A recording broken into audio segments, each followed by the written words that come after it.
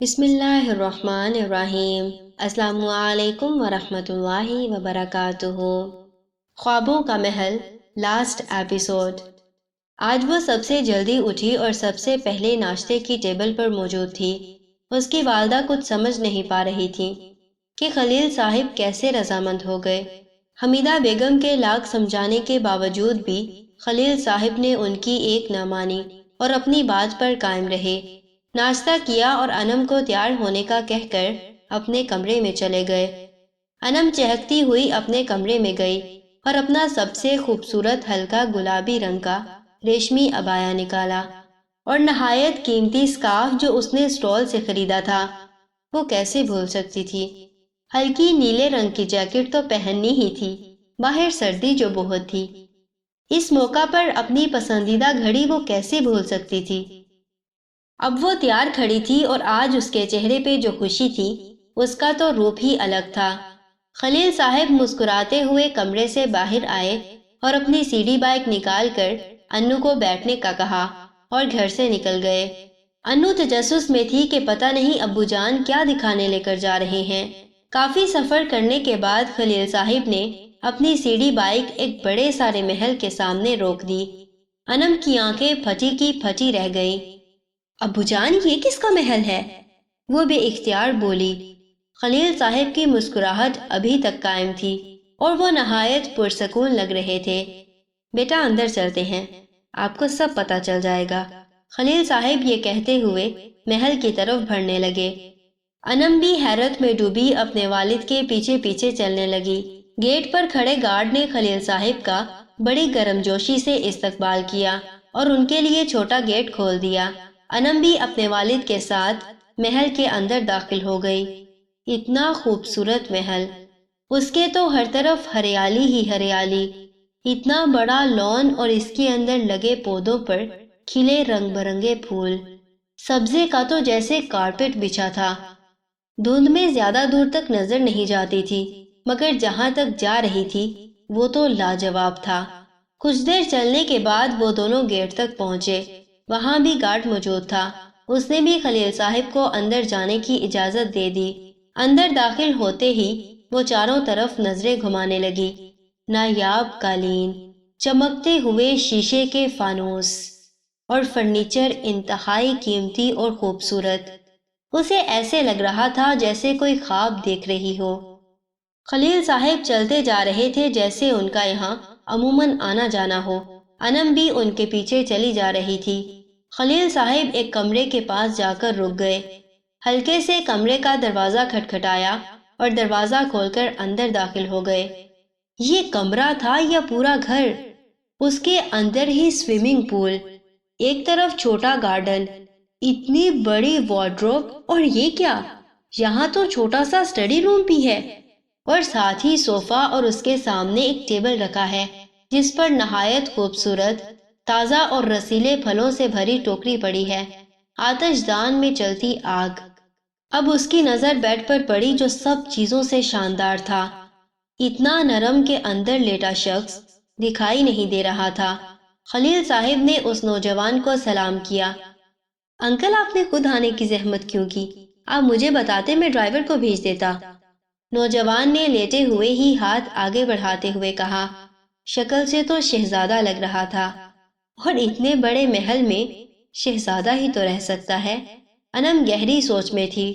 اس کے ذہن میں کئی سوالات تھے جس کا وہ جواب چاہتی تھی۔ نہیں بیٹا، زحمت کی کیا بات ہے؟ بس یہ میری بیٹی ہے نا، اس کو ملوانا تھا تم سے۔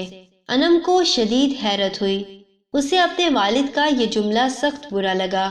ابو ایسے کیوں کہہ رہے ہیں؟ ابو مجھے کسی نامحرم سے ملوانے کیوں لے کر آئے ہیں؟ وہ اپنے دماغ میں سوچنے لگی۔ اس کا جی چاہا کہ وہ وہاں سے فوراً چلی جائے مگر وہ وہیں کھڑی رہی۔ جی انکل، اچھا بیٹھے نا، آپ کھڑے کیوں ہوئے ہیں؟ خلیل صاحب نے انم کو دور پڑی کرسی پر بیٹھنے کا اشارہ کیا اور خود اس کے بیڈ کے پاس پڑی کرسی پر بیٹھ گئے۔ اس کے بیڈ کی سائڈ ٹیبل پر پڑے قرآن مجید کو اٹھایا اور بلند آواز میں تلاوت کرنے لگے۔ یہ سب اس کے لیے حیرت کا سبب تھا۔ وہ کچھ سمجھ نہیں پا رہی تھی۔ اتنی خوبصورت آواز تھی اس کے ابو کی، اسے تو معلوم ہی نہیں تھا۔ کچھ آیات ہی سنی تھی کہ اسے تلاوت کے ساتھ سسکیوں کی آواز آنے لگی۔ وہ حیرت سے ادھر ادھر دیکھنے لگی کہ کون رو رہا ہے۔ وہ اٹھ کھڑی ہوئی اور اس کی آنکھیں پھٹی کی پھٹی رہ گئیں۔ جب اس کی نظر بستر پر پڑے نوجوان پر پڑی، وہ سسک سسک کر رو رہا تھا۔ اس کا چہرہ آنسوؤں سے تر تھا۔ وہ اٹھ کر بیٹھنے کی کوشش کرتا مگر بیٹھ نہیں پا رہا تھا۔ کافی دیر کی کوششوں کے بعد وہ اٹھنے میں کامیاب ہوا۔ سجدہ والی آیت پر وہ بیڈ پر ہی سجدہ تلاوت کرنے کی کوشش کرنے لگا، مگر اس کی کمر تھی کہ جھک ہی نہیں رہی تھی۔ وہ اور زور زور سے رونے لگا۔ بے بسی اس کے چہرے سے ٹپک رہی تھی۔ انم کی آنکھوں سے بے اختیار آنسو گرنے لگے۔ اس کے والد نے اس آیت پر تلاوت ختم کی، اور دلوں کو سکون اللہ کی یاد میں ہی ملتا ہے۔ تلاوت ختم ہوتے ہی نوجوان تیزی تیزی سے کچھ پڑھنے لگا۔ خلیل صاحب نے قرآن مجید واپس سائڈ ٹیبل پر رکھا اور اپنی جگہ سے اٹھ کر اس کے سر پر ہاتھ پھیرنے لگے۔ تبھی سفید کوٹ پہنے ڈاکٹر کمرے میں داخل ہوا۔ اس نے ہاتھ میں بڑا سا انجیکشن پکڑا تھا۔ ڈاکٹر کو دیکھ کر خلیل صاحب پیچھے ہٹ کر کھڑے ہو گئے۔ ڈاکٹر نے نوجوان کے انجیکشن لگایا اور اسے سلا دیا۔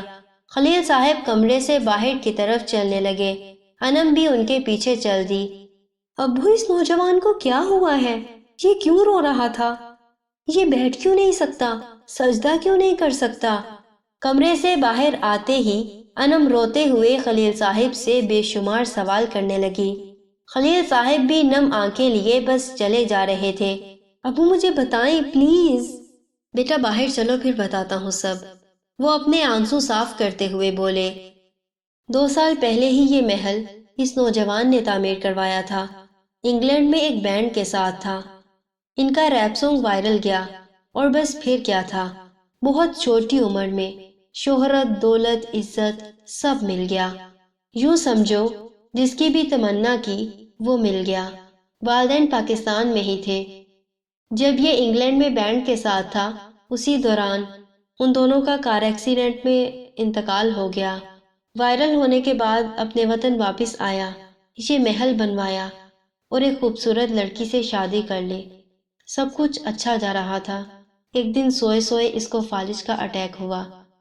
فالج کا تو جیسے تیسے کر کے علاج ہو گیا، مگر ہڈیوں میں نہ جانے کیا بیماری آ گئی، بہت ہی کمزور ہو گئی۔ اور پھر ایک دن فرش پر پانی گرا تھا جو نوجوان کو نظر نہ آیا، اور ایسا پیر پھسلا کہ ریڑھ کی ہڈی ٹوٹ گئی۔ بیوی تو فالج کے اٹیک پر ہی چھوڑ کر چلی گئی تھی۔ ملازموں نے اٹھایا اور ہسپتال لے کر گئے۔ اب کمر میں سریا ہے، گھٹنے کی ہڈی اتنی نازک ہو چکی ہے کہ کھڑا نہیں ہو سکتا، چلنا تو بہت دور کی بات ہے۔ عین جوانی میں مکمل محتاجی، ملازموں کا محتاج ہو گیا ہے۔ خود سے بیٹھنا بھی بڑا مشکل ہے۔ تندرستی میں تو سجدے کی توفیق نہیں ملی، نہ قرآن پڑھنے کی۔ اب بہت کوشش کرتا ہے مگر سجدہ نہیں کر پاتا۔ قرآن سن کے بہت روتا ہے، بہت بے بس ہے بیچارہ۔ مجھے میرے ایک دوست نے بتایا، میں اس کے پاس عیادت کے لیے آیا تھا۔ قرآن پاس پڑھا دیکھا تو تلاوت کرنے لگا۔ بس پھر اس نوجوان کی سسکیوں نے میرا کلیجہ چیر دیا۔ پھر میرے ساتھ اپنی گزشتہ زندگی کے بارے میں باتیں کرنے لگا۔ اب روز صبح آتا ہوں اور تلاوت کرتا ہوں۔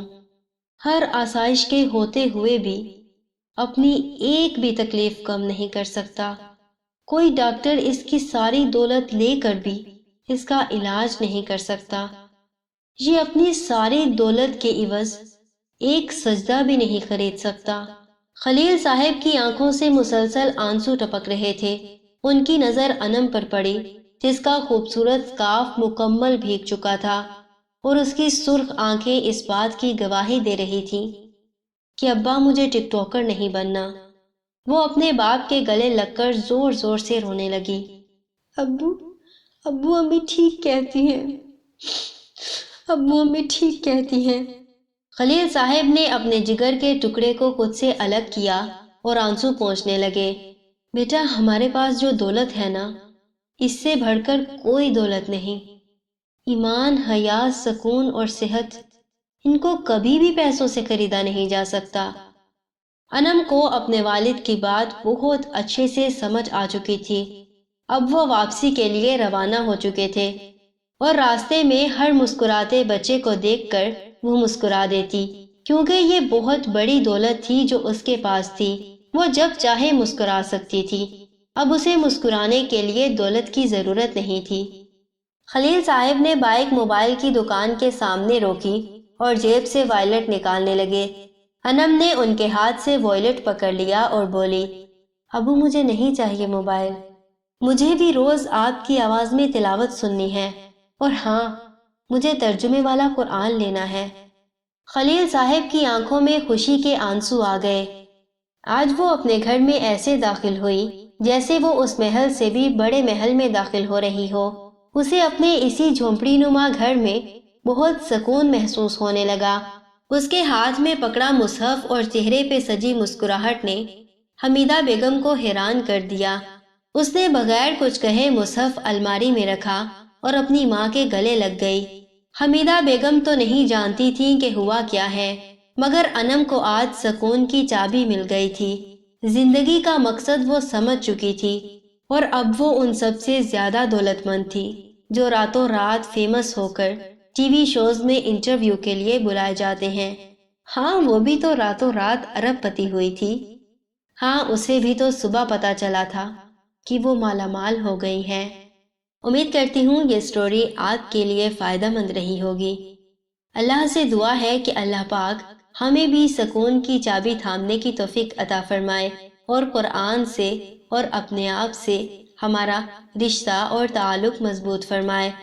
کہانی کے بارے میں اپنا فیڈ بیک کمنٹ باکس میں لازمی شیئر کیجیے گا، اور چینل کو سبسکرائب کر کے چینل کے ساتھ لازمی جڑ جائیے، کیونکہ انشاءاللہ ایسی پیاری پیاری کہانیاں میں آپ کے ساتھ شیئر کرتی رہوں گی۔ دعاؤں میں یاد رکھیے گا، اپنا بہت سارا خیال رکھیے گا۔ اللہ پاک ہمیں عمل کرنے کی توفیق عطا فرمائے۔ آمین ثم آمین۔ جزاکم اللہ خیر و احسن الجزاء فی الدنیا والآخرہ۔ السلام علیکم ورحمۃ اللہ وبرکاتہ۔